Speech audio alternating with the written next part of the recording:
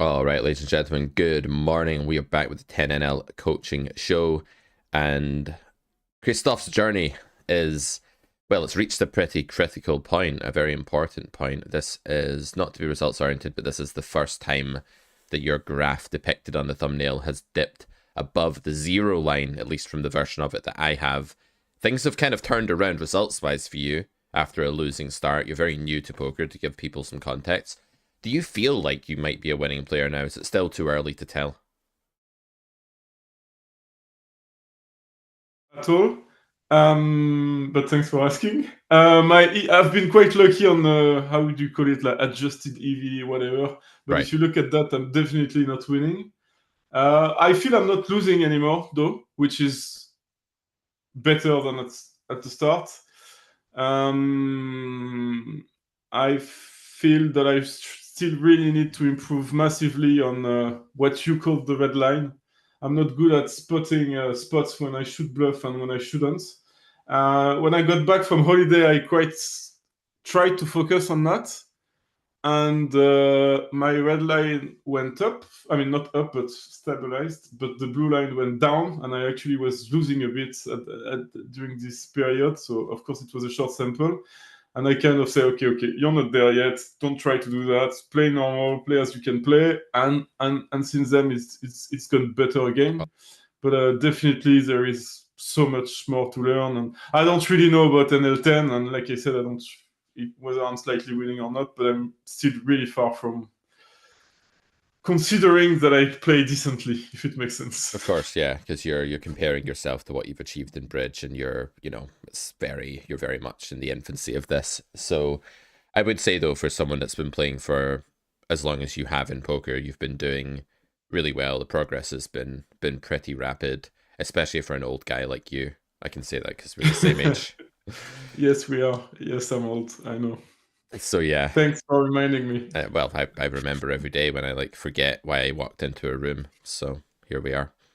But yeah, I've been reading your newsletter and it makes me smile because we've got the same issue when you're saying I'm gonna try to lose some weight and my life is boring now. Yeah, exactly. I'm exactly the same.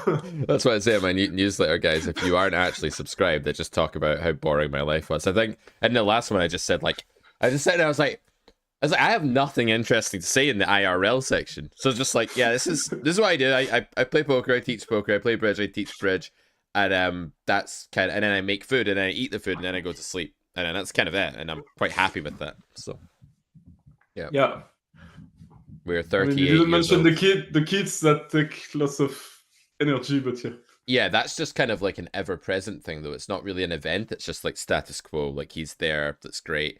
But like, I don't know, my life is kind of structured out with the leaving the house in the car to go and teach the bridge and then coming back in the car. That like structures my life because it's the only time I leave this damn room, you know. So that's it. Yeah.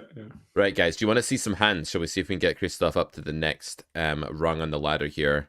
Let's get his game elevated even more than we already have. I agree with you, by the way, that bluffing is the next thing you need to look at. I also agree that it doesn't make sense to just like, you know, change the ship overnight. You want to replace it plank by plank instead. And you don't want to put yourself in a situation where you're just doing stuff you have no idea how to do or whether it's good. So let's look for that today. We'll review a few of these hands. If we don't get any bluff spots that come up, any bluff opportunities, we'll maybe begin to filter for some of those towards the end of the coaching session. Okay. So we have the pocket electricity pylons in the small blind. And we go for a squeeze. Call by the button and we flop a boat. What are your thoughts? My thoughts are that I have some good equity here. I should be winning most of the time. I have two blockers for. I mean, it's very unlikely to have an ace, so it's gonna be hard to get a lot of value. And my thoughts are how I am going to get the most value out of his hand. If he has an ace, so when I was playing, I remember thinking, I think I remember that hand, like how am I going to get the most value against his most likely hand, which is against which I can, which is diamonds or a pocket pair between the 8, the 9, and the king. Mm-hmm. And I wasn't really sure how to get there. So I think I wasn't sure. And I wasn't sure how to do that. I know that I check a lot out of position in these cases, but I wasn't sure if maybe I should just do a small c-bet. I was conflicted. Mm-hmm. And, Okay. and after that hand, I started. But we'll discuss it when it ends, because I start thinking maybe I was an idiot, but maybe I was result oriented. So let's go. I mean, that's always Let's the go default. through that. Yeah. Yeah. That's always the way we start thinking when it doesn't work out as we want, especially. But basically, the main question that I didn't know to answer in that spot is, should I just bet big hoping he has an ace of diamonds, or should I go smaller hoping, and I know hoping is not a word Yeah, I I know should what you use, mean. but Yeah. that he has a pocket pair and then trying to get calls Yeah. smallish. Okay. So what you're doing currently is you're thinking about your hand against the opponent's range, and that's absolutely fine. And it is actually the heart and soul of how you maximize EV in poker, is playing your hand the right way against your opponent's range. What I'm going to start doing with you more and more, because we're getting a bit more advanced now, is begin to think about what a theoretical picture would be of range versus range. Not like how you'd play all the other hands, but just like what your range as a whole would be doing in this spot and why, in like a sim or in theory. And then we'll go from there and talk about how we might adapt that picture exploitatively and then circle around to the hand versus range. So rather than just starting out by being like, what's best, we're going to start off with a bit of context and then what's pool doing, and then arrive at what's best. And we're going to start to make that like a 3-step thought process almost. So theoretically here, your range is going to be betting very, very often for a small sizing. And I want to go over the two parts of that, the frequency very, very often and the sizing small. The reason that your range would bet very often here, and that betting is the default way of putting money into the pot, is basically something I call push and pull. So if you have a lot of, your range has a lot of equity and a lot of EV, well, this is a zero-sum game, excluding rake for now, so your opponent's range doesn't have a lot of equity and a lot of EV. The amount of betting that should happen between the two players is a result of one player's willingness to do that, subtracted by the minus the other player's willingness to do that, right? Or I should say, they add up to the total betting volume in the spot, your willingness and his willingness to put in money. So given that your range is doing really well and his range isn't, if you check here, in theory, he's not meant to be betting very often, right? That's like the lay of the land. He's meant to be checking back a lot because he's supposed to understand that this is a good board for you, and many of his hands just aren't naturally hands you'd want to bet with, right? Like tens, you wouldn't feel overly compelled to bet here with tens. King, queen of hearts, you wouldn't feel overly compelled to bet. This will go check a lot theoretically if you check, and that's why in your shoes the small blind in theory is doing a lot of betting. That's the frequency part. The magnitude part, why is that a small sizing? Because this is a very polarizing flop to the opponent. If they don't have an ace or an 8, their investment ceiling is going to be really low, and if they have an ace or an 8 or a flush draw, their investment ceiling is going to be significantly higher. So in spots like that, you actually have a more sort of depolarized, more emergy range than the opponent, because you have kings, queens, jacks, tens, all this sort of stuff, and he doesn't, because he 4-bets a lot of that pre-flop. Maybe he has tens, right? But he doesn't have jacks through kings very often. So in these spots, these flop textures that are a bit more polarizing to the opponent, you normally pick a small sizing. That could be ace high, a paired flop that's relevantly paired, where like people make trips, you know, like a monotone flop, this kind of thing. And because of that, this would therefore be like a small bet at a high frequency in the GTO realm. That's the first step of just like understanding what's going on theoretically. Does that make sense before we move on? Okay. Yeah, perfect sense. The second step is, what does pool do, and are they behaving differently such that I should behave differently? That's the question. If you check here, I don't believe that they are behaving differently enough for that to become good. In fact, I wonder if they actually fail to use big enough sizes, fail to invest enough money as a bluff. I don't think they're going to take Jack 10 of spades and bomb it, you know, saying they have ace queen plus very often. So exploitatively, there's no reason that I can see off the bat here to not bet. And what I've done there is I've kind of bypassed the human calculator temptation. When you start playing poker, you want to analyze everything. You want to be a human calculator. You want to be like, his range is this, this, this, this, this, this, and this. If I do this, this will do this. If I do this, this will do that. And that's exhausting. And it's already inbuilt into that theoretical context and exploitative context that we just outlined, right? So if you can do the first two steps well, you don't actually have to start computing every hand in his range, because in a sense, you've already done it by knowing the lay of the land. So I would bet the flop, and I would bet the flop smallish. You might make an exploit here if you had less good blockers and size up. Like if you thought people weren't going to raise enough against a small bet on some other texture where they're meant to raise, you might do something differently. But here with the blockers, you can bet small. You'll get called by a lot of hands. And then the main exploit, or not even exploit, sorry, the main nuance to this spot is that you should then check the turn.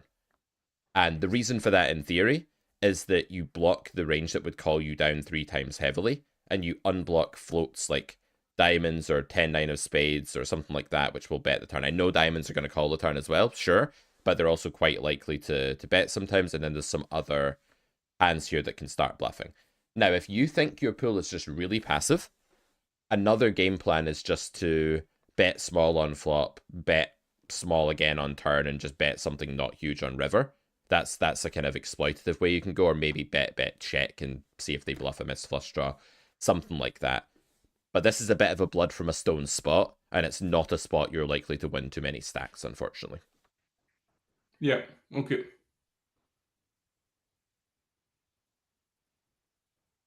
One issue with checking here is that while it doesn't cause like an immediate fold like betting does most of the time, or not most of the time, but a lot of the time, it also isn't going to elicit a lot of betting from the opponent in a spot like this. Unless villain is aggro, splashy, wild, then you definitely want to check. Yeah. Yeah, they check back. They've got a really weak range. I don't think you'll do that well by just bombing here. So a small bet.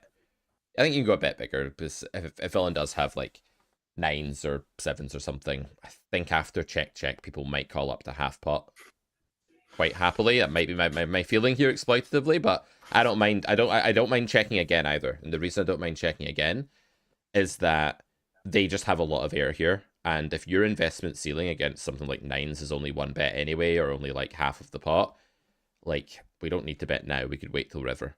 And we can also give them the chance to hit second pair on river if they have king jack, queen jack. So I think I prefer just checking the turn, actually, as played. And now it's a bit of a different spot where, like, they've checked back on the flop. They don't have the ace very often, or the flush draw as often now, so you don't need to prioritize that as much on turn, basically, is why, like, you might check turn. Whereas on the flop, they can have those hands at normal frequency. Okay, I've just spoken a lot, so do you have any, like, questions so far on this hand? So basically, everything I do, I should do the opposite. That's what you're saying. But it's not like, it's not a huge EV swing. It's not like, oh, this is a blunder, I'm you know. joking. But yes, so far, yes, we're 0 for 2. Yeah, okay. It's like when I show you a bridge hand, it's the same thing. Yeah. And I'm probably it's gonna keep going. We go for jam. Yeah, okay, give me your thoughts here. Now I thought that once he's called, he's either has a weak hand, he's gonna fold most of the bets I'm gonna do, or he's got an ace, and I want to take it all. I don't think he's gonna be able to fold an ace. Mm-hmm. That's what I thought. Yeah, it's not a bad thought process. It's very simplified, but it's very to the point. Again, to circle back to like what the spot would look like in theory, you heavily block an ace. So against a robot, when you have these two cards, there will be a better way for you to make money probably. In GTO, because like if you go small enough, the opponent will bluff raise. If you check, the opponent will bluff, that kind of thing. So it doesn't follow that because an ace is always calling that you should shove, because an ace is heavily blocked, and also just very unlikely given the fact that flop went check and you have these blockers. Like those two things taken together make ace-x very unlikely here. So you might be right that like if villain has an ace, they're unlikely to fold. And you might be right that, like, if villain has an ace, it's best for you to shove. I think that's definitely true. You also want to think about what else they can have. So they do have Yeah, they don't really. They just have under pairs, right? Mostly. So against the GTO bot here, the right play is probably like a smaller bet with this hand because they will bluff raise sometimes, the under pair will call sometimes, and an ace might actually raise for value if it's a good ace. The problem against humans is that they're absurdly passive in these games. So as an exploit only, I don't hate the idea of just being like, to hell with this. I'll just hope he's got an ace and put it in. Because you're underperforming by taking passive actions against the rest of the range against this pool. But in theory, this is not a good play. Okay. 0 for 3 then. In theory. I have sympathy for this play in practice. I think I'd still bet smaller. Because the thing is here, if you bet half pot, it really is a spot where villain usually just has something like king 10 of diamonds, 9s, 7s, 10s, something like, okay, 10's just made a boat that'll shove those so you don't lose anything by going small against 10s, jacks, that kind of thing. If villain has an 8, they'll shove, remember, if you go small, so you'll still stack 10s full or trips by going small. The thing you won't stack is like ace jack, but like it's super rare now, I would say. So it's a bit of a trade-off. I think I like sizing down because of those things, basically. Yeah, interesting hand to start us off today. Doyle, what do you mean by do we like it when in position can turn some equity? That's kind of always the case, and I'd be really wary of thought processes that are almost universally true, because something that is in nature universally true can't be a good way to decipher between one spot or another. For example, if I say there's oxygen in the air today, that can't be a useful determining factor to what I should do because there's always oxygen in the atmosphere, right? So, yeah, just as a went to my philosopher's mode for a minute there. Tighter player could even fold a weak ace to jam on river. Yeah, that's true. I think I prefer something smaller. Yep.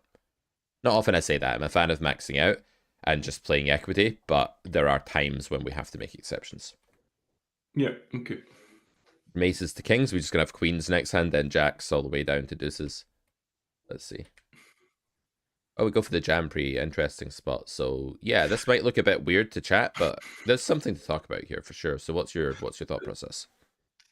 So my thought process was I had played against this same guy just a few hands before, and I did the same with ace king, and he saw it, and I just wanted him to not be scared with queen. He just saw me do that 3 hands ago with ace king. That's why I did it.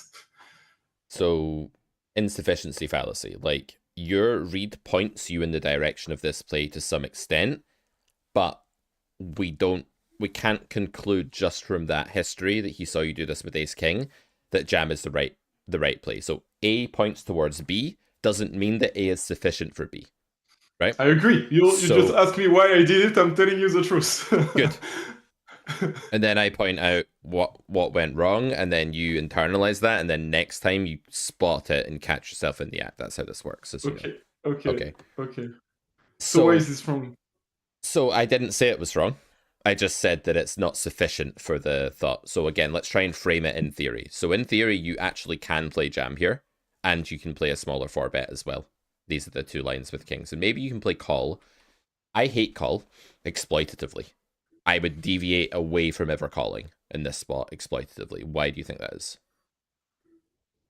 I don't know exactly if that's where you want to go, but I would never call because of 2 reasons. The first one is that I'm just generating rake that sometimes I will avoid by just jamming. And the second reason is that I feel I think they very, very rarely fold good hands when I jam, but I don't know. So they don't fold enough.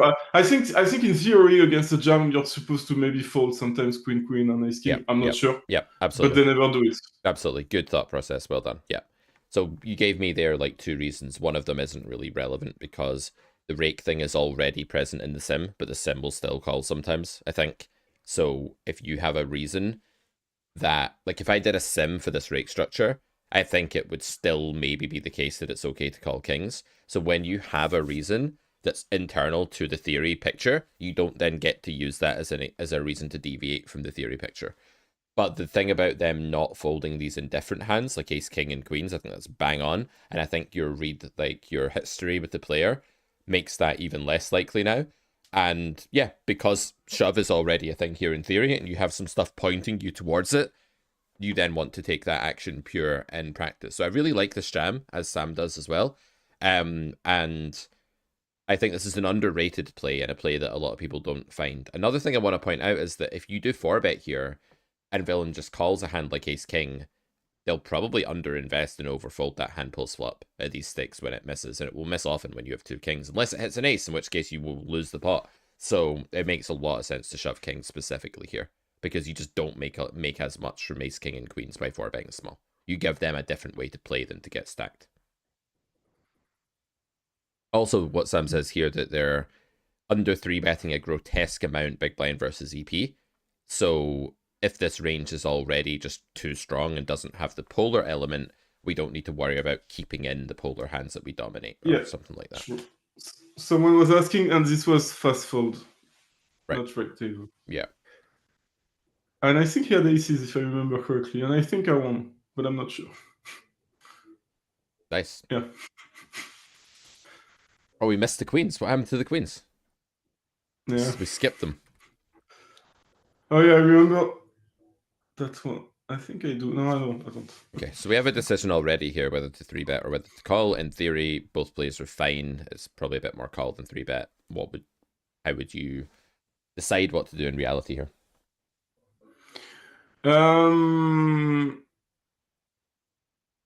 So I find that the under the gun player is probably not a very good player, and I feel that if I re-raise now, it's just more of a coin flip than a skill contest compared to when I call. So that's why I called. Okay, but, so I think it is... I know that both plays are okay, but that's how I felt about it. I think you're really underestimating how much of a skill contest it still is if you 3-bet and get called. If you 3-bet and he jams, it's a flip, right? It's like, whatever, the spot sucks, but it's... Who cares about that? But that means you've run into, like, the top of his range, and it's always going to be meh against the top of his range. That's never going to be where you make your money with jacks.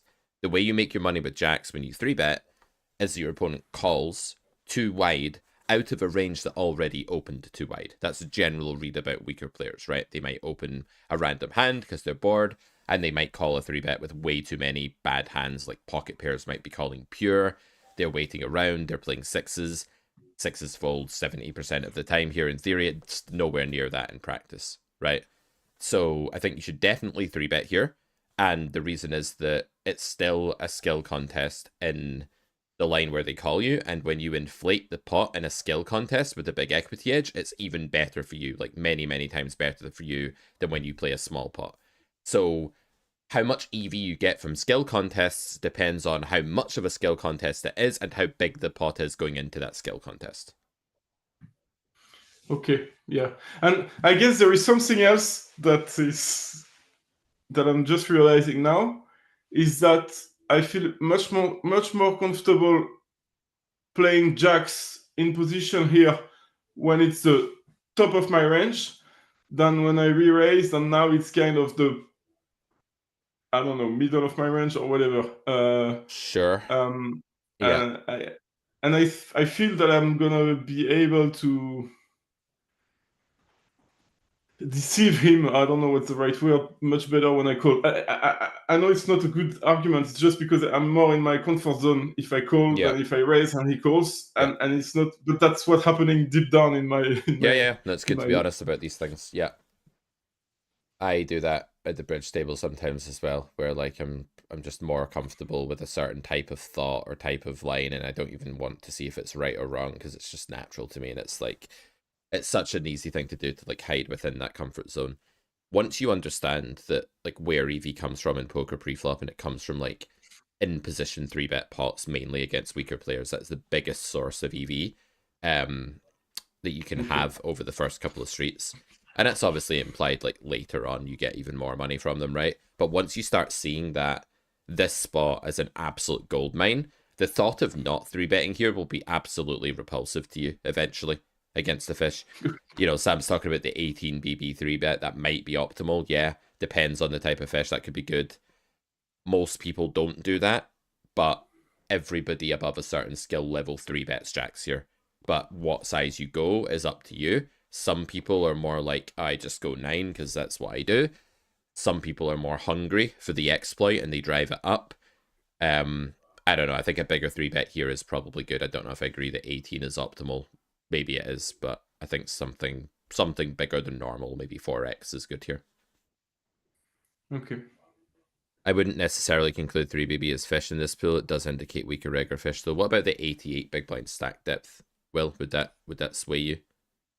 Or are you going to say that it could be a reg playing both 85 big blinds and opening 3x? If it looks like a pig and it has a snout and it's pink, it's probably a pig. Let's just dwell on that thought. By the way, I didn't base it at all on the 3 big blind. 3 big blind, I think, is playable. I'm not sure, but I think it may be playable, but it's still indicative of fish because you have to think empirically. Like, it might be a completely reasonable thing to do to, let's say, eat grass. Eating grass might not be that bad for you. If I ate a blade of grass today, it's not like it's a really minus EV thing for me to do, but I'm still probably like a bovine animal, a cow or a goat or something if I eat grass, right? So let's call a spade a spade. If it does that, it's probably that. Okay. Never assess who someone is based on how reasonable it would be to do the thing they did. Always look at it empirically. What do humans of this population normally do when they're a certain player type?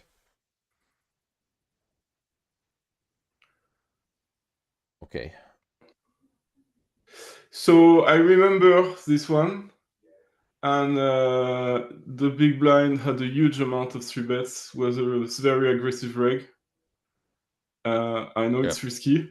I think it's reasonable. There's a lot of dead money, and like, if big blind is bluffing or has ace queen off and folds here, you might get it in a big favorite against under the gun still. I think this is just normal. I think it's a normal shove. Okay. I think it's fine. Risky is a weird word in poker because like everything is risky to an extent, right? You're always going to be getting it in with thin edges for all of your stacks sometimes and stuff like that. I really like this shove. This shove is good.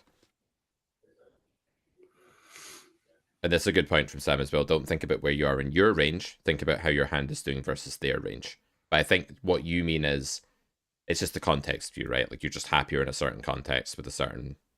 but it's also, I feel that when I just call, it's going to be much harder for him to think that I have jacks. Yep. Whereas if I raise, they're going to know pretty much... Yep. That's what I'm telling myself, what my hand is. So in game, you're just prioritizing the wrong thing. You've got a bit of main character syndrome where you're caring too much about what they think of your hand and not enough about like the fact that they're probably losing it 21 BB per 100 and you have jacks in position and they're probably not folding fives.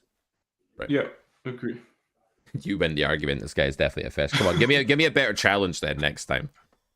I'm pretty sharp right now. It's 10 a.m. I've had 2 cups of coffee. I was up at 6. As per usual. You gotta do better, Will, if you wanna fight me. Fellow bridge player in the chat, by the way, is William. Oh, nice. So basically, this type of spots are typically the type of spots, like if we go to the turn, I don't know, should I bluff that, should I not bluff that? I feel that I have some showdown value, so I should check. If they bet, I should call, but I'm very uncomfortable. I think I'm doing the right things, but it's rubbish. Your hand is huge. Like you're an equity favorite on the turn, so you're nowhere near bluffing. You're far closer to value betting than bluffing. Yeah, sorry, I meant bet. But yeah, when I said bluff, I meant bet. Sorry. Okay. But yeah, my point is, I don't know. I feel that against my type of people, maybe I should bet. Yes, I'm gonna be called by a 4 very often. I've got no clue, but I don't know what. These are the type of spots when I need to improve. Where I need to improve. Yeah. Good call from under the gun. My reasoning was. Go ahead. Yeah. Your reasoning for checking was. My reasoning was checking was that I'm ahead most of the time. If I bet, am I going to be called by worse very often? I don't know. I don't think I should, but maybe because it's a fish, I should think it's the case.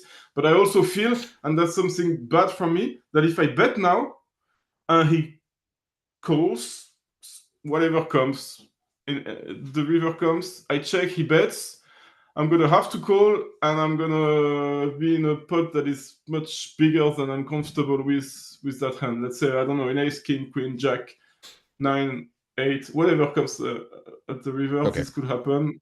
But I should be happy maybe because I'm inducing a bluff, I'm showing weakness, and now they're bluffing. I should be happy to call, but I'm not You're happy. also just caring way too much about a really just whatever branch. Like it's a 0 EV-ish branch. It's like one of the worst branches, but it's not like check calling, it'll be bad.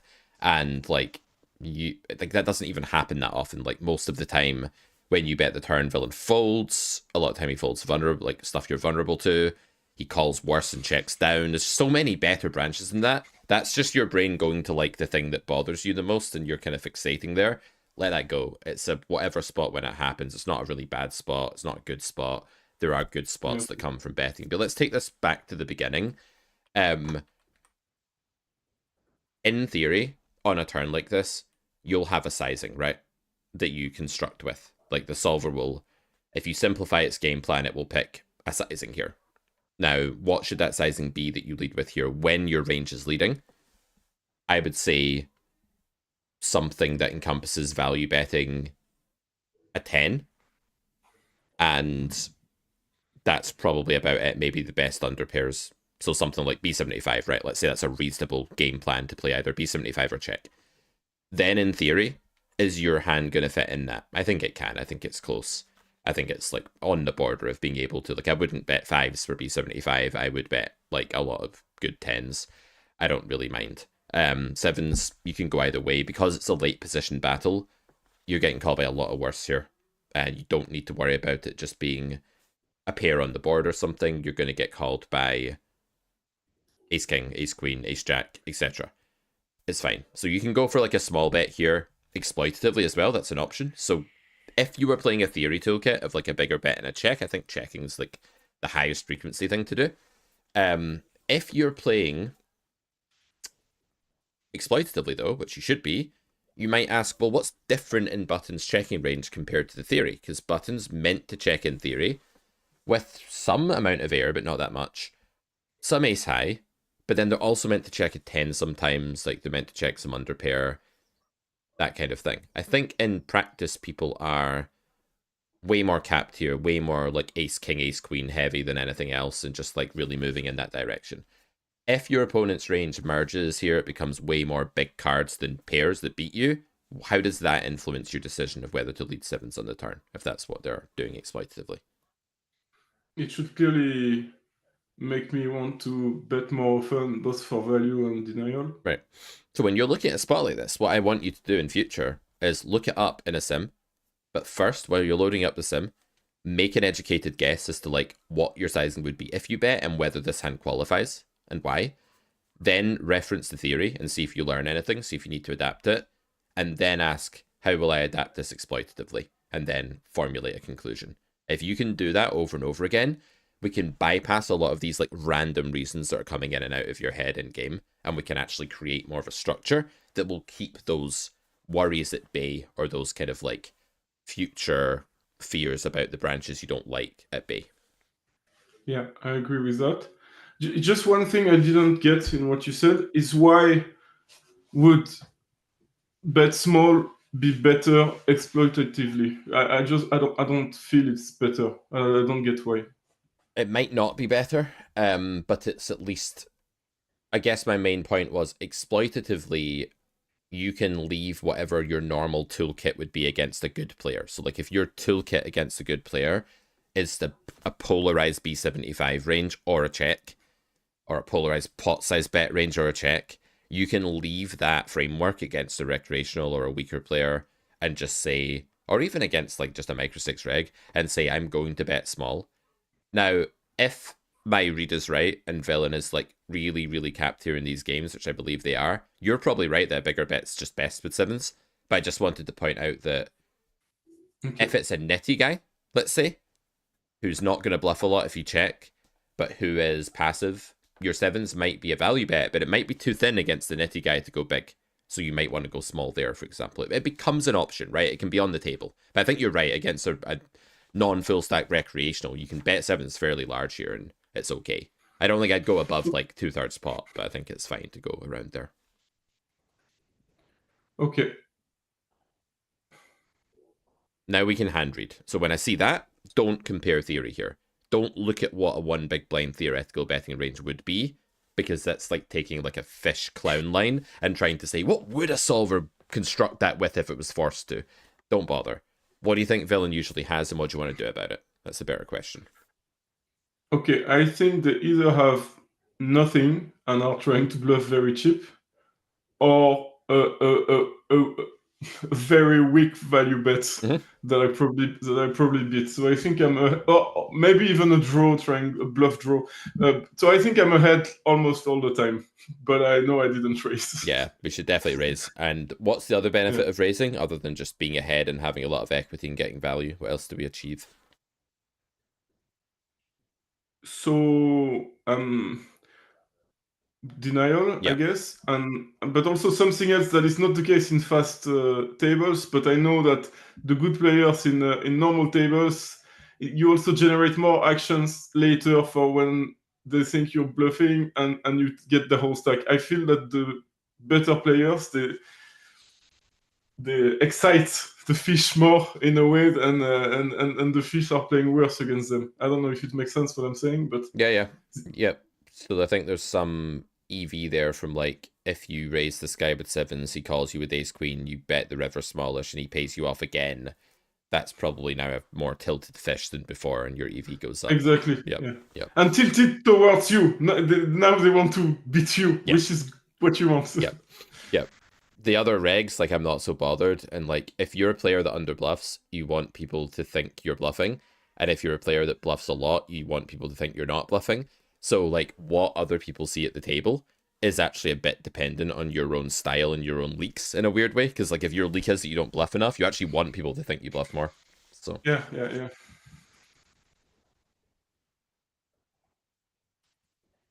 So if you kind of realize now that your hand's actually really good and you just need to get value. Yeah, just woke up a bit late, I guess. I like this. I like this lead a lot. This is really good because he just has ace high here, like a ton, or king high, and it's a double paired board. He's a fish. I actually really like this. Yeah, I really like the river lead. Good job. Great job waking up. I mean, the fact that you can do that river lead demonstrates to me that you are a free thinker in poker. You are not shackled to the I check to the previous aggressor. Like 98% of people in this pool playing 10NL, even winners, will check the river because they called a turn bet. And it's that level of zombification, of sort of brain deadness, that is a plague at large in the poker world. And I'm not blaming anyone for having that illness, as it were, that affliction. But I do want to point out that there's no reason whatsoever not to consider leading the river against a condensed, capped, weak fish range that's very likely to check back, but will pay you off if you lead. So great job on the river. Yes, you know, in future we want to be figuring out sooner that your hand is quite close to a value bet theoretically, and then just becomes a mandatory one against the way they play. And then this guy has just given you an absolute golden ticket. Like, you're basically Charlie. You're living at home with your grandparents, and, you know, Willy Wonka comes down and he's like, come to the fucking chocolate factory. And not only that, but the other contestants are morons. So you're going to win. Yeah, okay. Fucking Mike TV. A wasted life. So you're just able to, like, he's reopened while simultaneously telling you that he has a bad hand. It's like, by the way, I'm going to put no money in the pot. I'm going to give you another chance to act and tell you that I'm weak. All at the same time. This bet is one of the worst things that could ever happen, but he's managed to find it, right? With ace-9. It's a really horrible play. And this is why people like Villain14, shame on you, Villain14. Shame on you. Are losing. Using the stream deck? Are losing at something like 50 big blinds per 100 or 75 or something like that, right? So yeah. Quickly realize he has 3 pairs. Yeah. There's Pierre in the house. Welcome, Pierre. Thank you for the bridge wisdom you've been dropping in the channel as well. Appreciate it. We need to get Pierre on a stream. Is Pierre going to come on a stream? We get both of you. Yes, he should. Yes, next time let's get him. You I played know, this once. He was around. We played that together. That's it. do you So know? anything I did badly, you can blame him too. Cool. So Kristoff threatened me, Pierre, yesterday or the other day with you two crushing me and my partner because I bragged about the fact that me and my partner scored 68% against a bunch of like pensioners. So he said that you two would put us in our place. Yeah, maybe we should do that on stream so you look a bit silly. And we'll ask you why you did that. Yeah. To be fair, Prajwell wasn't gloating, it was just me, so like he doesn't really deserve it. That's my bridge partner for anyone that's wondering that I get sort of partnership coaching. We could do partnership coaching with you and Pierre, even though poker's not a partnership game. It could still be good because you guys work together all the time. And I want to pay it back for him too. Okay, Queen 10 of spades. I don't know. Yes. So I know that I don't know. I don't know. I had a hand that I felt I wanted to be in, but maybe I should squeeze. So theoretically, both plays are reasonable, because the hijack has to appreciate that like ace jack off and ace queen off and king queen off are folds a lot of the time or always against the squeeze. So when you squeeze here in theory, again, I'm bringing it back to theory so I can bring it forward to practice, you're making these hands that crush you fold. And you're making pocket pairs with like 51% equity fold. But if you're playing in a 10NL pool against like kind of unknowns, you should probably just bet that they're going to underfold in position to a 3-bet because some of them are fish and fish really underfold. And therefore, like Queen 10 suited, it's not that it's terrible to squeeze, but it loses a lot of that like theoretical reasoning. So I think I lean call here, just on the premise that I want to be quite linear and strong when I squeeze small blind hijack button in a pool like this. I think call's probably a little bit better, but both are definitely on the cards here. Okay. I think there's a bias as well in the poker community where like, you know, the midwits, which is everybody that's not like a absolute beast or a complete beginner, the midwits, right, are sitting there, you know, the curve where like the guy in the middle has it all wrong and the beginner and the expert have it all right. And they're saying something like, aggression is good, it's too passive not to squeeze, or it's wrong to call out of the small blind, or something like that. And I think this is a thought process that very quickly, when you start to become more advanced, you just look back at it and you're like, that doesn't mean anything. Like, what does too passive mean? Is it just your own insecurity that you're not fighting enough people? Is that all you're talking about here? Yeah. So, by the way, was the fold an option? No. Okay.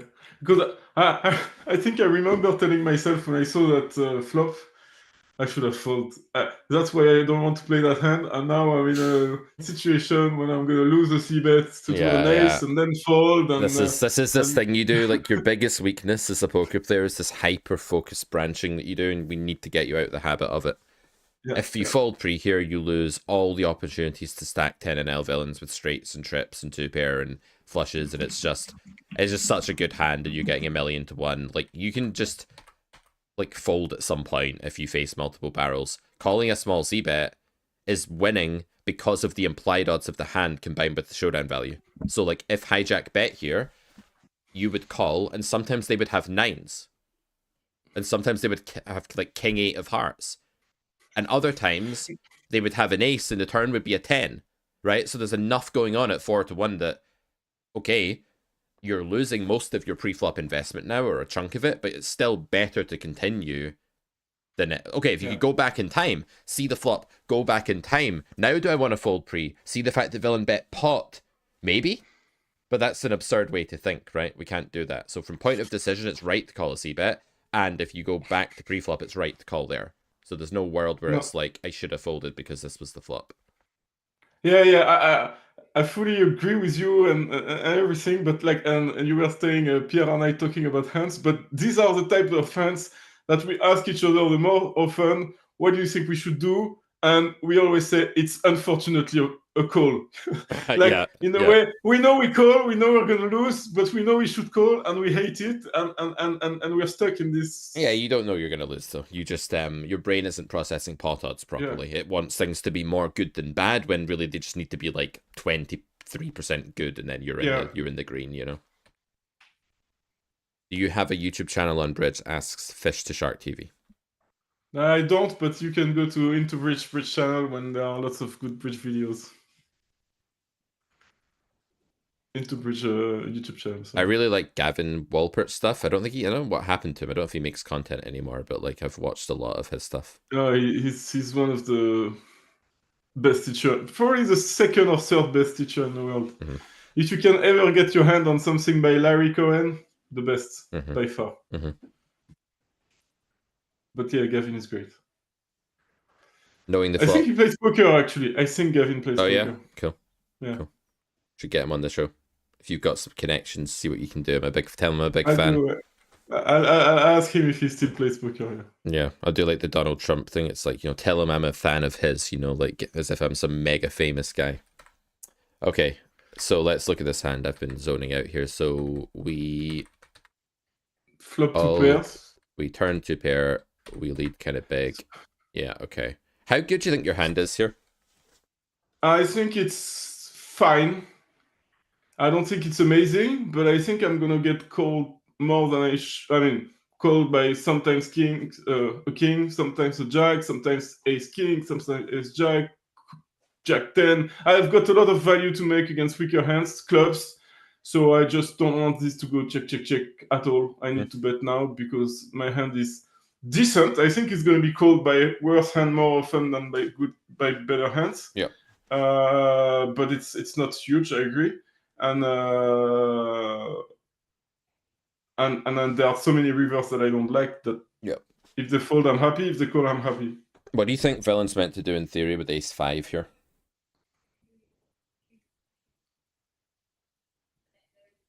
What do I think they're supposed to do in theory with ace 5? Against your bet. So I would have thought call, but because you're asking the question, I think it's raise. Definitely not raise. No? Okay. Then it's call. Probably fold. Because you're repping 2 pair plus with this line. And ace 5 just blocks 4 or 5, is like a bluff catcher. There's a player behind, it's a 3-way pot. I think ace 5 is at minimum a mix of call and fold, and probably like more fold and call if you could run a 3-way sim here. It would be better for villain to call your bet with queen jack or jack 10 or king 10 than with ace 5, because those are also bluff catchers, but they have redraw, right?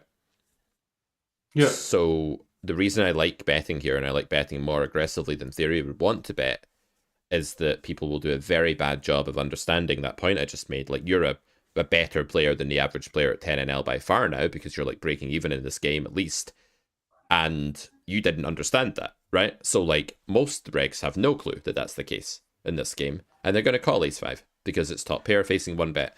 So I like it. I like your play. I think in theory we're now flirting with too big, but in practice, yeah, I'm okay with it. Just remember, if an offsuit big card straight is possible, and that those offsuit hands arrive at the spot at some frequency, your hand's never as good as it looks. But here, I think king jack's quite likely to bet the flop, and it's just not going to be a huge part of either range. But just bear that in mind. If we weren't getting an over continue here from ace-x, I don't think this turn bet's actually right. But with the over continue, I think it is. So what's right? Is to bet less or to check? Either. In theory, either, but like probably to bet less is much better in practice than checking, and maybe betting more is better than betting less in practice as well. Checking sucks in practice for the reasons you outlined. There just aren't people checking this flop, waiting around, and then suddenly going blasto with jack 10 or 5s here. It's just not happening. Yeah, okay. Good morning, Pete, says Oscar. Good morning, Oscar. What would be your number 1 tip for new players? I started 1.5 months ago. I really enjoy the game because it stimulates a way of thinking that I've almost always had. Number 1 tip for new players would be patient and curious. That's kind of 2 tips. what Kristoff is doing is really good, where he's not that bothered about results, win or lose. Like, he doesn't want to lose, obviously, and that's a motivator, but he's not playing a session really hoping he wins. Like, he's trying to, like, ignore the variance and just try and play his best. And I think that's a really important thing to do. And also, what Christophe and Pierre are doing, they're sitting there together talking about hands while they're playing. There's a study partner, someone he knows well. We all need a Luke Johnson, Ben a bad beat romance in our lives, right? And if you can find someone else to be curious and patient with, that's going to be amazing. If you sit there in your own little cave, just hoping you win, like, you're already just screwed. You've lost the battle before you've even left the base camp. Like, forget it. Game over, man. It's done. If you're sitting there on your own, getting emotional, hoping you win, you're dead. Forget it. The mental game in the early stages is the number one thing you should be focusing on performance-wise, is your mental game, because you are not equipped for poker as a human when you first start. You'll find that it does all kinds of things to your brain that are separate to the strategic thing it does that you like, that are more about winning and losing at results, and that's the thing you need to, like, make sure you replace with curiosity as soon as possible. But good question. Thank you for asking. Right. River. We go for check here. So to me, it's a little bit extreme to go from B75 to check. I get it. Like, you've been called, your equity's dropped. But is there maybe, if your equity has dropped, is there a line in between that you can take? Like, in between another big bet and a check? There is, for sure, but I felt like the reason I checked is because the turn is very drawy and not many draws materialized with the 9 of hearts. So I think it's a spot that will be bluffed a lot, and I wanted to check call. Yeah, I disagree. I think it's hard to have nothing on boards with 3.5 broadways. The 9 is like half a Broadway, right? Where it's like one of the more likely club hands, like King 9 of clubs, 9-8 of clubs. What is air here exactly? Like, how do they have nothing? Give me 2 cards that are nothing in this spot. Yes, I see what you mean. I was kind of thinking a king or jack or clubs, but very often when they have a king or a jack, they have a pair. So, and I didn't think about that. I think this is lazy hand reading, and I think you can do better just by seeing that it's lazy and going a bit further, basically. Yeah, agree. I would obviously call. I think he had ace queen. So. Yeah, I mean, I think you still have to call here. Like, I'm not check folding. Like, after I've checked, I'm calling 40% pot, but I'm just not checking. I'm just gonna block something. And, like, this is a very good tip for anyone playing 10NL, 25NL, 50NL. If you land on river with a degraded value hand, still bet, but just size down, because usually people will be more likely to call small bets than they will be to, like, want to turn things into bluffs, especially on a hard to miss run out like this one. Yeah. Oh, aces. I think he played that relatively well, actually. Same blocker effect we talked about before. I'd rather he just bet small on flop and just got pot growing, because people under bluff turn, but from turn onwards it looks... Nah, do you know what? Yeah, it looks okay, actually. Yeah, I think it looks okay. Maybe he can go bigger if you're a fish or something, or raise turn, but I think against a good player, his lines are right. Okay, we talked about that. Just lost my place here. Jacks. Okay, so interesting. First decision. You could jam, you could 4-bet small, you could call. So let's just review these options and see what we like best. I forgot if I had a read on this guy, but it's clearly I think it was clearly a fish that I was thinking would go going way too often with way too weak hands, and that I wanted to put the money now before scare cards came on the flop. Yeah, I agree. I would put all the money in, though. I wouldn't do this, because this leaves the door open to him just calling and then missing the flop, or, like, calling and mining something and sucking out that he would fold. Like, if you shove here and a guy folds king queen or ace queen or even ace 10 or something, it's not really a big deal, because your jacks is, like, far from aces, right? With aces, I don't mind this play as much, but I think just shoving is best and just get all the money in now and just push that equity edge. Yeah. I agree. If you get fold equity, it's good fold equity anyway.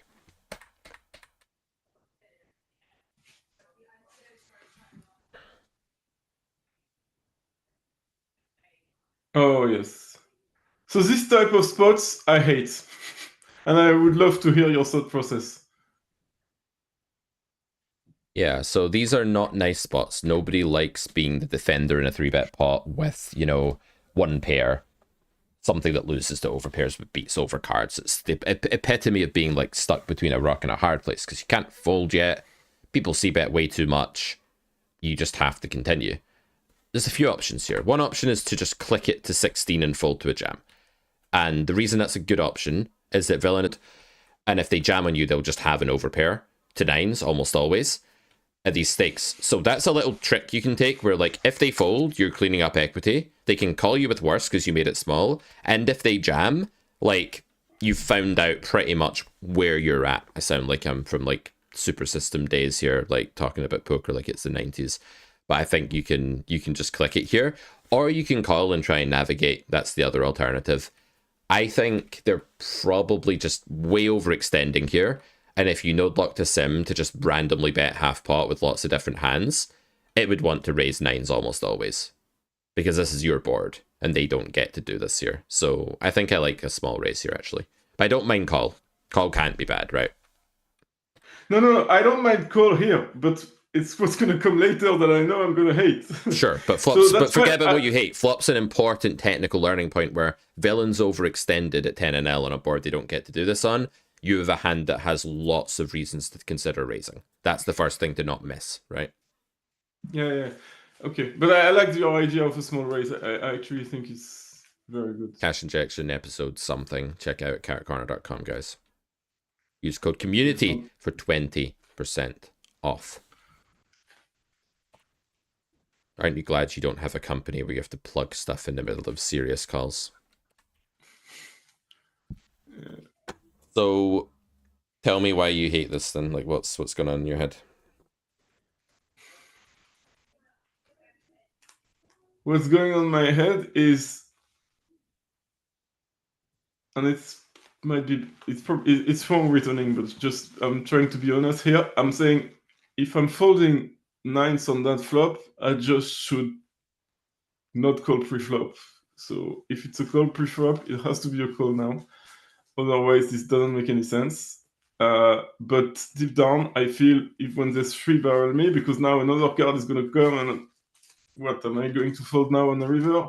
This story you tell yourself gets so out of hand and it gets so like down the rabbit hole so quickly, right?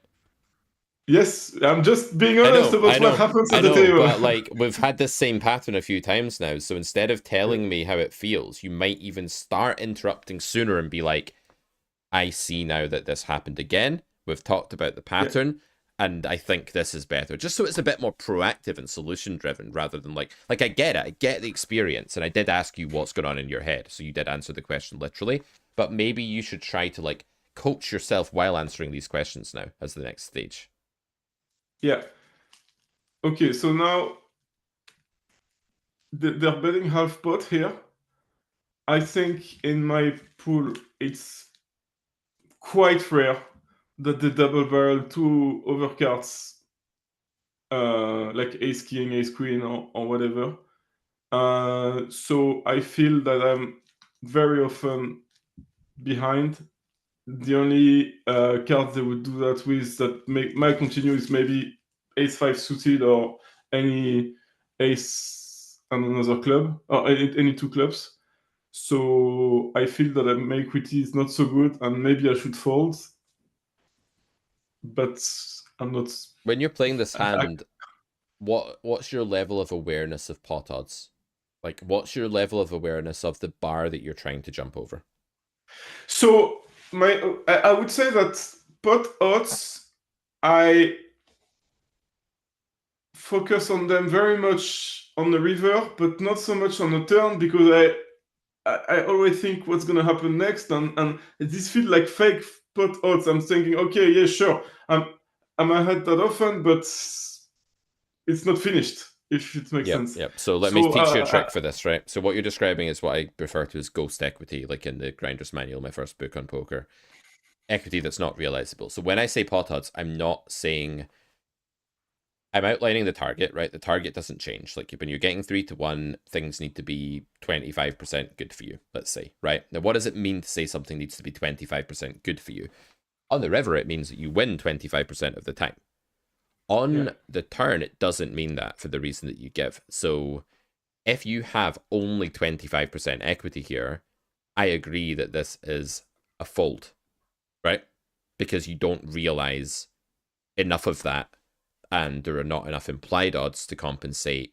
And yeah, I believe that this is a fold if you only had 25% equity, but you are in position, right? That's one bonus. But I think you have more than that, probably. I think this is close to what it's worth against this pool, and especially against Big Blind, where I think people are just under bluffing and don't have enough of the, ace three or whatever that they could be bluffing here with in the first place. But I do think this is close, and I think that the idea that they don't do this with overcards has to be compared to the fact that they've probably overinvested on flop, and the fact that they're probably not c-betting with enough discretion on a board like this, and the fact that there are a lot of combinations of overcards, so just a very abundant thing, and you're in position. So when you take all of that together, I agree you have like a meh situation that you're never going to be happy about. You're very far from being happy here, but yeah, it's probably still okay to call, because even though if villain shoves the river, you're going to fold, and that's quite right, you're kind of ignoring the branch where they give up with the overcards here. But I do agree that this kind of sucks. The other thing I'll say is it's not like unrealistic for villain to be like just a fish that's merging some random hand like ace king here that they shouldn't be, or just sixes, or I don't know, sometimes as well. So the pot odds are describing what your pot share in EV needs to be on the turn. And some of that comes from equity, but as you rightly point out, not all equity is realizable, and there are many other factors too. But it's required pot share EV earlier in the hand, and it's required equity later in the hand. The math is still the same. You're just looking at a different currency, right? That's the little trick there I teach people, so that they can still work in terms of 3-1, but that they have to sort of change the currency that they're evaluating when deciding whether they can jump over that wall. Don't mind the call. Don't think it's massively winning. Don't mind it. Fold now for sure. I think I called. I know I fold. Yeah, so triple barrel in big blind versus button over 3 streets in this game is just going to be a very underbluff thing. So I don't care. So from which hand would you call? Oh, I need a value beater. No, I need a value beater. Yeah, so queens is a value beater for sure, because jacks and tens can shove. Jacks is close. Jacks is the close hand here. Tens is a fold, I think. Nines is definitely a fold. Queens is definitely a call. I think you're just beating too many value hands now. Jacks is like... Because we're not saying they never bluff. We're saying it's underbluffed, right? So if you start beating some value hands, that can easily be enough at these pot odds of 2-1. Jacks is where I'm like, oh god, just shoot me now type thing. I don't want to be here. That's where I'm not happy with jacks. I've got one more question. Sure.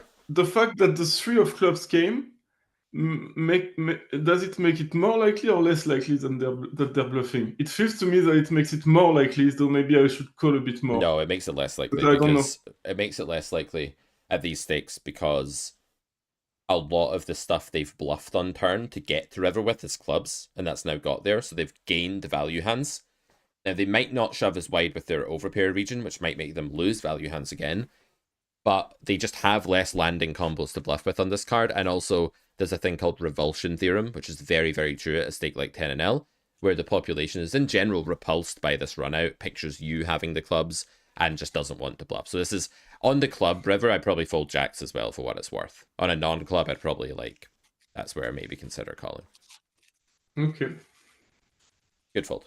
Played this really well. You played this perfectly. You could raise flop though as well. It just sort of helps you. Like if you find that flop raise, you'll find it more in the future as well, and you'll start to see that when they call, it works out okay for you. When they fold, you get the whole pot, and then when they shove, like you've got a pretty clear lose the minimum type fold. So yeah, kind of cool exploit. So repeat that. When they fold, it's fine, and when they call, well, you'll do okay when they call, because like they'll check the turn and you'll check back, and if they have a better hand, the pot will not be that big, and if they have a worse hand, like you just get some value and you can show down and win sometimes. So. And we're talking about min raise, right? Yeah. Okay. Yeah, I think min raise is cool here. Okay. Yeah, as Will says, like there's different levels. Like if you're on the next level and you know villain is doing what I just suggested, you can re-exploit them, but this is very specific. Most people are on level 0 in pool, so you just assume you play on level 1 most of the time because most of them are on level 0. Sometimes you have to play on level 2 because your opponent's on level 1, and it's something to pay attention to. But you should never go around assuming people are on level 1 in a game like this. Alright, so I'm going about an hour. We'll go for like another 20-25 minutes. That's good with you. Yeah. Any time with you is so valuable that I would stay the whole day. You flatter me. Yeah, I feel the same way when I talk to you about bridge. I'm like, this is the most valuable thing in my life. Yeah, it's good. Oh, fuck. Oh yeah. Okay, so I'm guessing you don't like this spot very much. No, I don't hate it. I think I would really dislike it if the big blind would have folded. But now I felt, okay, I should call, I have good odds, it's fine. I don't want to 4-bet that because he can be super strong and I don't want to lose my equity. For me, that was an easy call. But Absolutely. if yeah.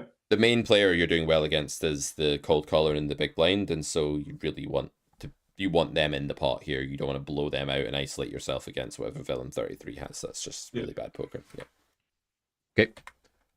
Oh wow, this guy's like, do you know what? I'll have a piece of it, man. I'll have a piece of this shit.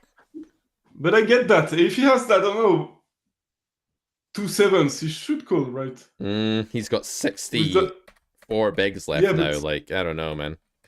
But there are 4 players. I don't know. Probably. But it's like, if he had a full stack, it would be a lot more defensible. Let's just say that. Yeah, okay. This guy's like getting ready to play blackjack in a minute if he busts. Like he's on his way to the slot machines. He's like, hey, can I get a blue moon? A slice of orange?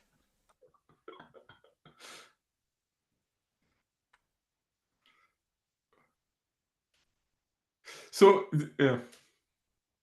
I don't know. Should I ever start that? These are spots that I really don't know. So you just stay the hell away from. You keep your hands inside the roller coaster.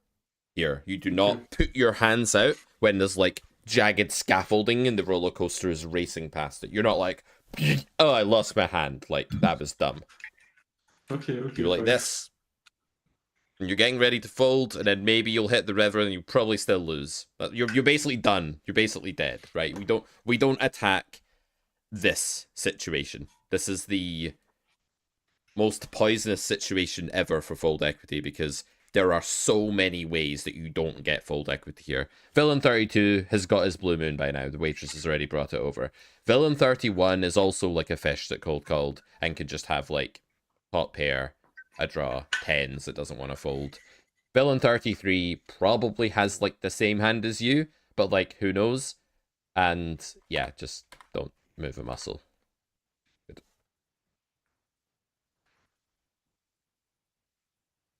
So that spot's so exploitatively obvious that no analysis is necessary, right? It's just like, this can't be a winning bluff.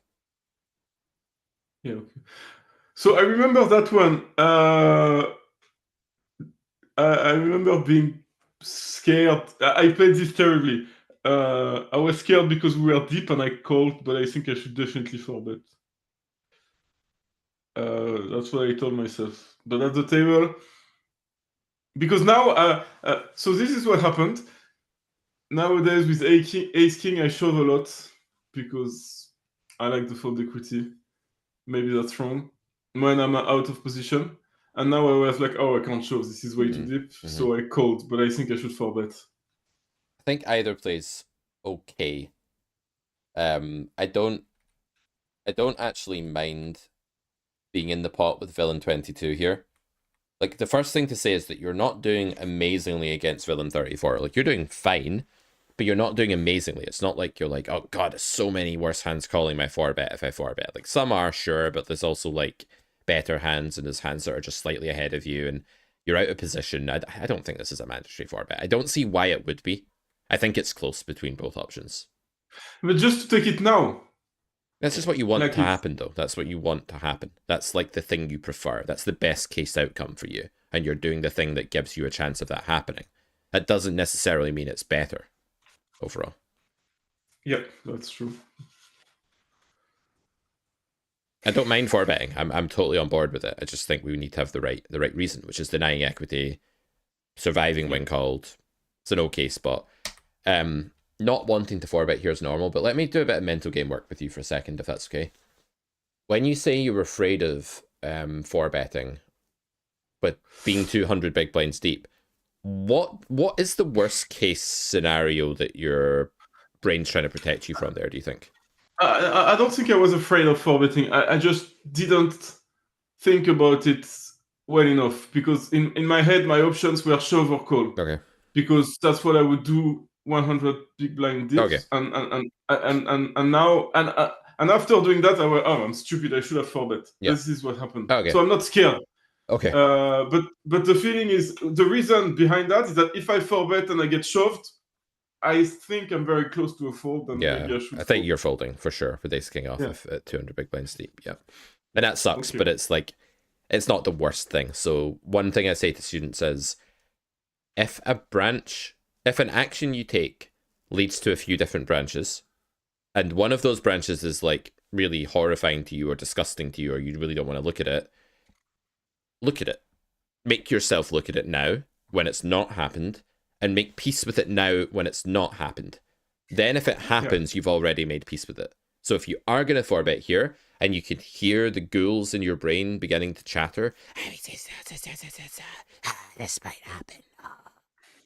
You start to hear it, just say to yourself, okay, let me look those ghouls in the face. Is that bad? Oh, I lose 32, I lose 28 big blinds, I lose 30 big blinds. Like, I lose 30 big blinds all the time. Like, okay, I'm at peace with losing 30 big blinds. And then you'll find that, like, when it happens, you're just like, whatever. Yeah, agree.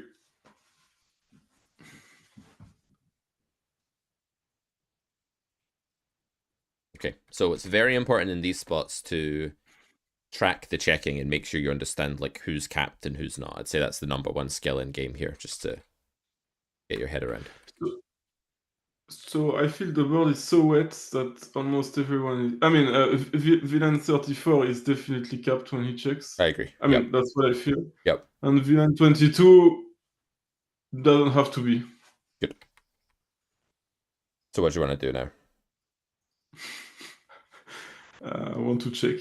I'm a chicken. I almost gave up. I gave up. I don't know if I should bet, but in my head, yeah, I gave up. I think these spots are, like, with one uncapped opponent, I think this is perfect, actually. You said to me, I said, should I take the squeeze line? Should I take the finesse line in bridge, right? 2 different plays, chat, that you can take in bridge sometimes. And the squeeze is like this sexy, rare thing that when you spot it, you want to do it because it doesn't come up all that often, or you miss it when it does. And I asked Christophe and Pierre, like, what should I do? And I gave a mathematical GTO analysis of the branches, and Christophe said, sure, but in practice, you start trying this one and you see how they react, and then if they don't react the way that you want, you try this next one. And I was like, okay, so that's like the exploitative thing. It's the argument from transparency. I said, there's an argument from transparency in poker too. And Kristoff said, I'd love to hear what that is one day. And I said, I'll tell you when you're older. And now he's older, I can tell him. In this spot, villain 22, who's uncapped, is going to play pretty behaved, right? Like, he's unlikely to start lashing out in this situation. Because it's scary for everyone. And if he has 10s or queens or ace queen or king jack of spades, he's going to bet usually. And if he has like 9s, he's going to check. We already know that villain 34 is capped. So the argument from transparency here is like, don't bluff now. Let's see if they both check again. And then maybe the river's a spot where you've got the uber capped ranges and they're both capped rather than just one of them. The argument from transparency works whenever they're very likely to play face up and you have the chance to bluff, but you'd rather delay it until they've played face up. Does that make sense? Yeah, perfect sense. So now on the river, you have a real bluffing opportunity, and I think this is one we should take seriously, because now you have 2 completely capped villains. What are the options sizing-wise here? Just before that, am I not capped also by my check on the turn? Maybe. Maybe not. What's important is how much fold equity you get on river. And there are more factors to that than just whether you're capped. Because for you being capped to be relevant, 1, they'd need to know that you were capped. 2, they would need to be thinking about that and using that. And 3, this might sound kind of silly, but they would need to be trying to deliberate in the first place. They might not. Like if someone has jacks here and you go 2x pot, there might just be no world where they even think about calling. There's also 2 of them, so villain 22 is pincered here and capped at the same time. So I'm thinking some form of overbet, because if you did go like, or pot or something like that, so say you went like 60 big blinds. I'm not saying that's right, but let's just put it out there as an option. That requires a total of 66% fold equity, right? If each opponent folded, let's say 75% of the time, what does that look like? You're getting like high 50s total or something. So you need each opponent to be folding like, if they each folded 80% of the time, they both fold 64% of the time, right? Let's go with that. Yeah. So that's not quite enough. It's clearly good. No, but it's still but I think I'm getting much. I think I'm getting good odds even with 60. I think you can find a sizing that works. Yeah, I don't think it's 2x pot. I think 66 is a bit unreasonable. If you go like, okay, here's the cheat code, right, for like 10NL bluffing. If you go 36 big blinds, the slight overbet looks really scary to players that haven't seen it used in this way. And it only requires like 51, 52% fold equity. I think now it's much, much easier to generate that. So I think maybe like some sort of slight overbet. I don't know. I'm not sure about the spot, but I think it definitely could be the case that there's a sizing that works here, given they're both capped now. But this is the spot to bluff in my mind in this spot, in this pool, not turn. Yeah, I agree actually. Your reasoning makes perfect sense. Yeah, the other option, I guess, is to go for a small bet on turn and then bomb the river. That's the other way of doing it. Just something that allows them to remain kind of capped. Is there a difference in fold equity between 40 and 66? Yeah. In the data, there absolutely is. For each human, we don't know. There might be some humans that are overly elastic, some that are underly elastic, but people are generally, to some extent, elastic to bet size. In some cases, they are underly so, in some cases, overly so.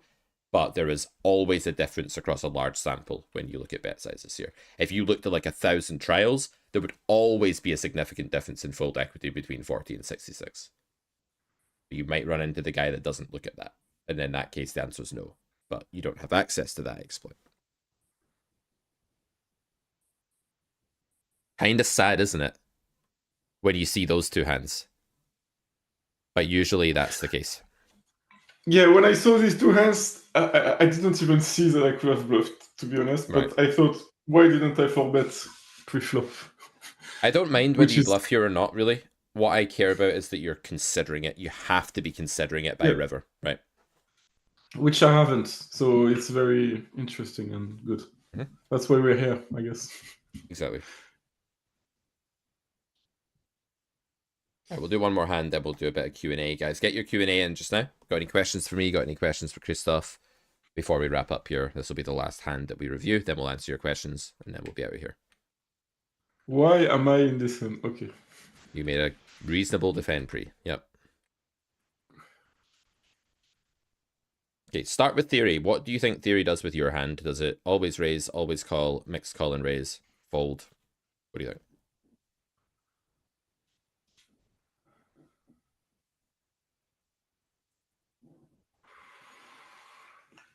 With this hand specifically, right? Not my range. Yep.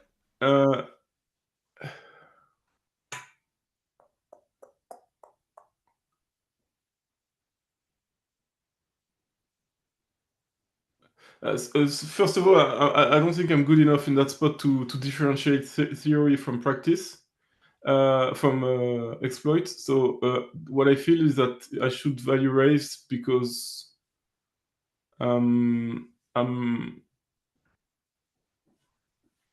they're really going to struggle folding a jack. And there are some draws against which I really want to raise. Okay. I'm going to force you to think about the theory, because this is going to make you stronger. Not copy it, but think about it. In theory, do you think you have enough equity to raise for value? Yes. Okay, I agree. Do you think your hand always raises, or do you think it's also viable to call in theory?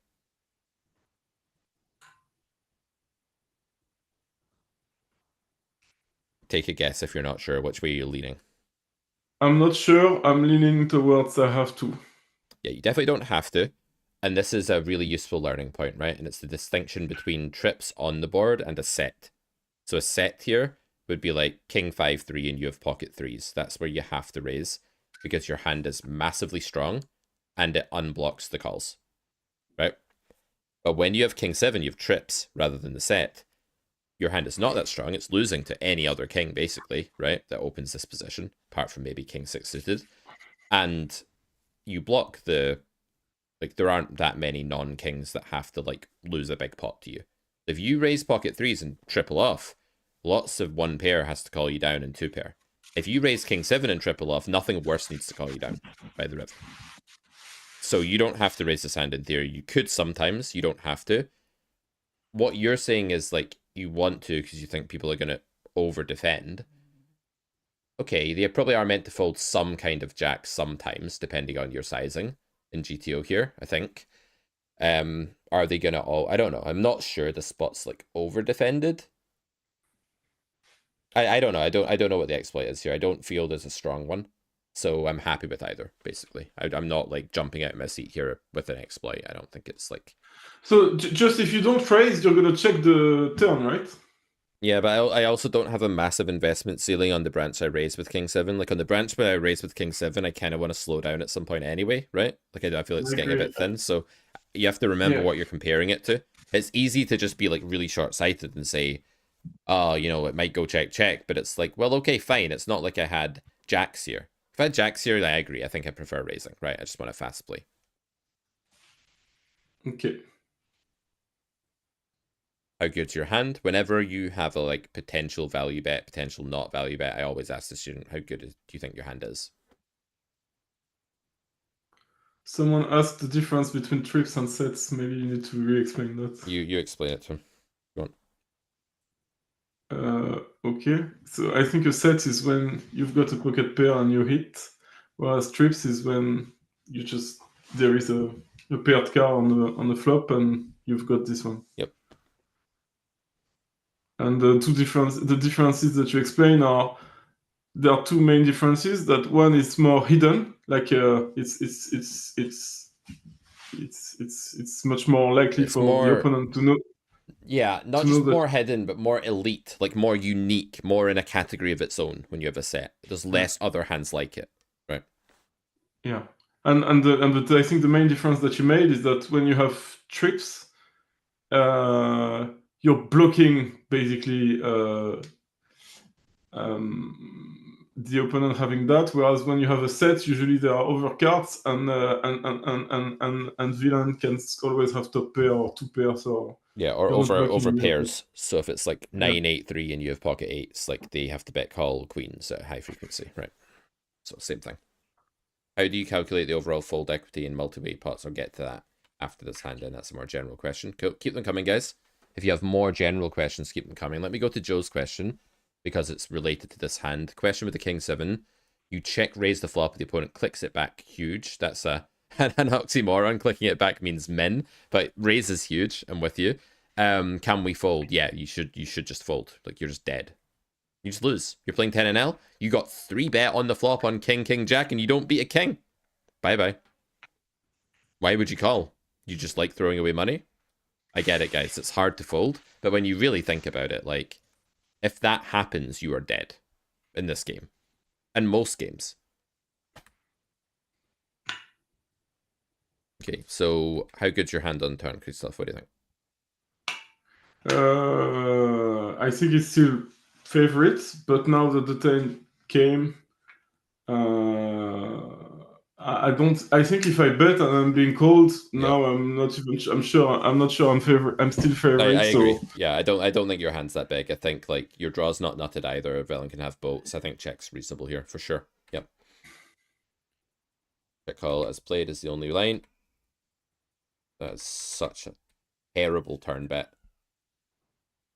no, there was no turn bet, was there? Oh, I I thought think it was he bet the yeah. turn. I was like, did he No, just? no, I thought he bet ace jack of clubs on the turn. That's really weird. I like hallucinated no, that. no, no. Okay, now we found a river bet. Yeah, okay, yeah, I think this hand's good. Yeah, it's fine. Don't have a problem with this at all.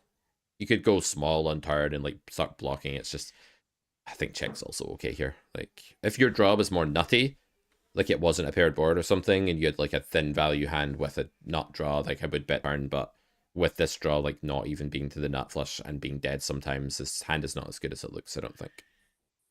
But if I bet turn and he calls, what do I do on the river? I bet again or I think your I check? value is running out, right? Like at some point, your value Yeah. is going to run out, so you have to find a point to check.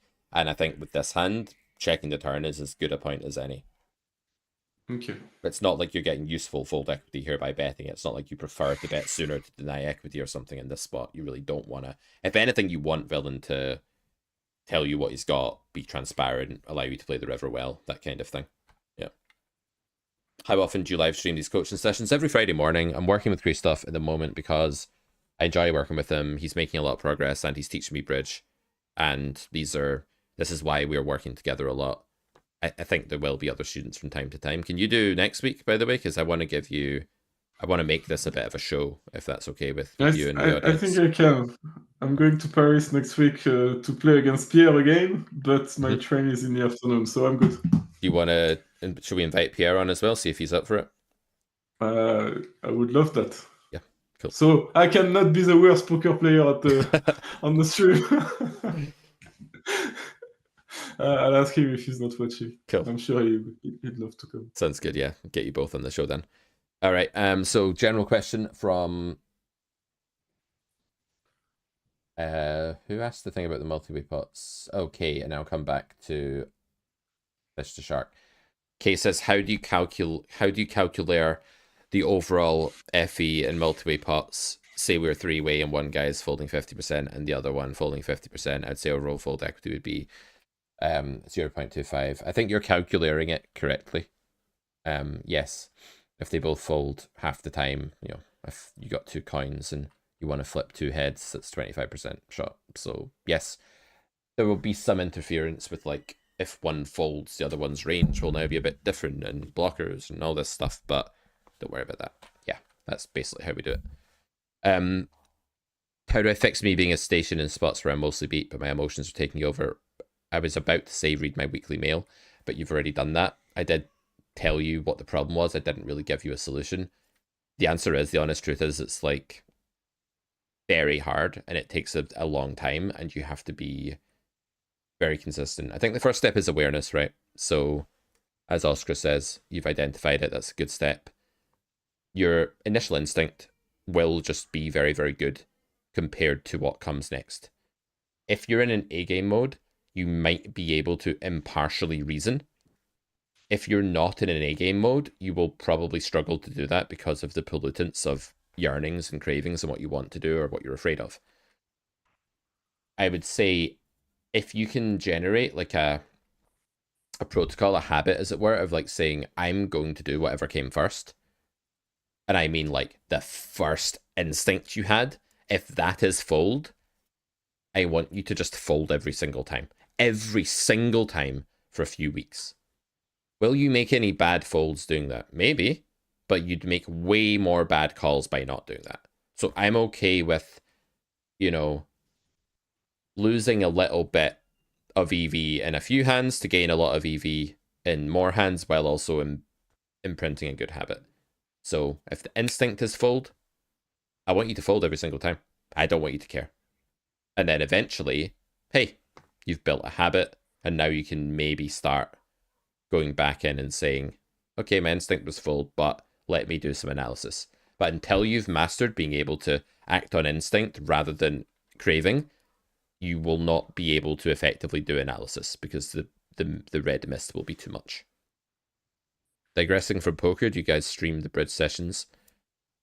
That's a really interesting idea. I don't know if there'd be much of an audience for that, Christophe. We can try. We Where can would try we once. do it? Would we do it on like Ignite Your Bridge, maybe, like on my bridge channel, or would we do it here? Whatever you prefer. Guys, subscribe to Ignite Your Bridge if you like bridge. Check it out on YouTube, and then we'll maybe do it there. Is that Gavin? Is that the Gavin? I bet it's not. No, it's not. That's sad. Do you have any content? Gavin has a YouTube channel, by the way. Yeah, I know. Yeah, okay.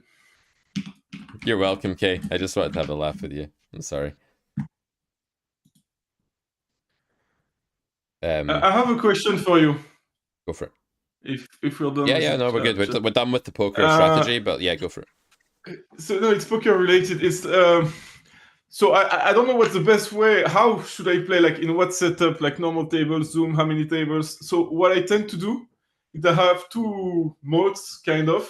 Sometimes I just play on one table, a normal table, just one. It's very slow. I get very bored, but I really try to hand read everything, to take notes on the opponent, to see when they make a half size, what it means, and I'm really trying to focus. And I feel that at my level, that's the only way I can really focus on hand reading every hand. Mhm. So I do that, to be honest, maybe a third of the time or half of the time. Yep. And the other half I play on Zoom, and then I have way on several tables, so I have way less time to think about it. But Yep. I feel that it's the right balance, because if I only do the other one, Yep. I get, I don't know. This is what So I recommend as well. So I basically say to people, some percentage of your sessions should be focus sessions. And that can be like sit in, sit out, review a hand if you're working on theory. If you're working on just thought process and flow state, then it should be what you're doing. And gradually you'll find that like maybe in a couple of years, your normal session will be like 4 tables of Zoom, and then like 2 tables of Zoom will be a focus session for you. And you'll just have like, you'll have increased your capacity to handle it. Yeah. Yeah, I like it. It's great. Thanks. If you're getting raised in the river, fold unless you got it. It's a very good rule that will protect you in the early stages. Like it really, really well. It will gain you so much more than it will cost you. And who cares if like a couple of people, like, you know, the wolves in sheep's clothing take advantage of you. They're a minority in the pack. They're not most opponents. Yeah, I was reading. I was watching actually a French YouTube video from some of the best French players, and they said something like, if I folded all the hand I felt were fold, I would be twice as rich, or something like that. 100%. So 100%. Yeah. These hands where you feel in your heart that it's a fold, but you talk yourself into a call, you lose so often. Sometimes you win and it's like, oh, now I don't need to trust that instinct because it was wrong there, but it's right like so frequently. That's the thing. We do have a community Discord, but it's unfortunately a paid gated community. If you do pick up grade 1 of the Carrot Poker School, though, that's the cheapest way in at carrotcorner.com. Otherwise, I'm afraid it's not open to the public, and that's just because we try to keep the quality of how serious people are. Not your skill level, that's not what's important, but it's how committed and serious you are to learning poker in a kind of academic way.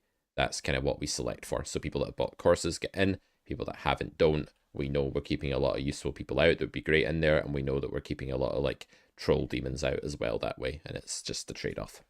Troll demons. And isn't there a code that they can use to get it cheaper? No, I don't think so. No, there is, yeah, that you can use code community for 20% off. Kristoff is learning fast. I had one more question, which was, do you have any content on playing against Wales? Says Gavin, I'm 5-handed on 200 full ring table playing with a 75 50-20 maniac. Want to learn how to maximize. Yeah, basically give them the chance to do bad stuff. Like sometimes their range will be everything. There'll be lots of combos of like queen 7 off, and the most important thing is that you slow play a lot more when they have a lot of air, and fast play when they have a lot of equity. So if the board is ace queen 10 flush draw, you probably want to fast play your king jack because they just have a lot of stuff to continue with. If the board is 8-8 deuce and you 3-bet them and they call, you probably want to check and just let them put lots of money in with like a random hand. Just think about their range composition. Think about what happens to a way out of line range on a certain texture, and like the drier the texture, the more you want to slow play, the more trash they're going to have, the harder it is to hit that texture, the more you want to slow play. How is Kristoff's big blind per 100? It's now basically 0. We were losing, and now we've ascended to like break even.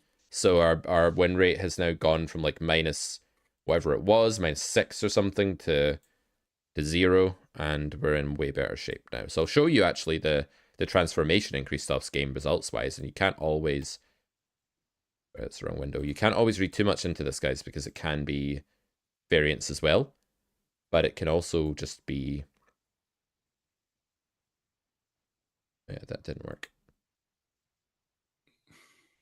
OBS, why are you doing this to me? What?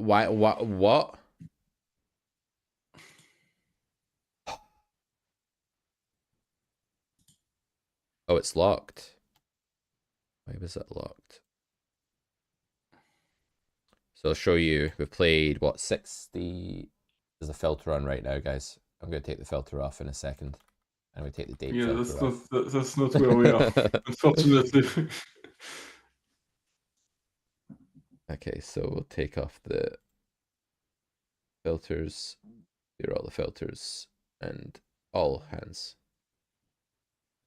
So yeah, this is the overall graph now. I don't know when we started coaching. It was somewhere near the start-ish of this, I think, right? Like 20. Yeah, it was very close to the beginning, I think, like yeah, 2000 hands or something. And coaching takes a while to take effect, right? So, and also you've been learning poker on your own too. It's not just a matter of sitting talking to me in these sessions. But yeah, I can see that the results indicate that you're getting way more value now. Your blue line's a lot better. I think your red line is like obviously the thing I keep going on about. I don't mind the way you're playing right now. It's sufficient, and I think you're probably a winning player in the game already at these stakes. But we do need to start getting hungrier for red line, and that's going to be the difference that really like accelerates this win rate. With that, there'll come a bit of volatility though, so you will see a few more jagged swings. The graph will be less smooth, but it's going in the right direction now. It's very normal when you first start to just be losing for a while, then breaking even, then winning. That's what you normally see. And this is a bit of a microcosm. It's only 61k hands, but it is following the trajectory we would expect from a competent player that's getting coaching. Yeah, let's get to the winning part then. Let's do it. Check in with you next Friday. Hopefully your friend will be here as well, fellow Bridge Pro and poker enthusiast, and we'll pick it up there. Thank you, chat. It's been a pleasure today. Check out Carrot Corner for more from me, and I'll see you next week.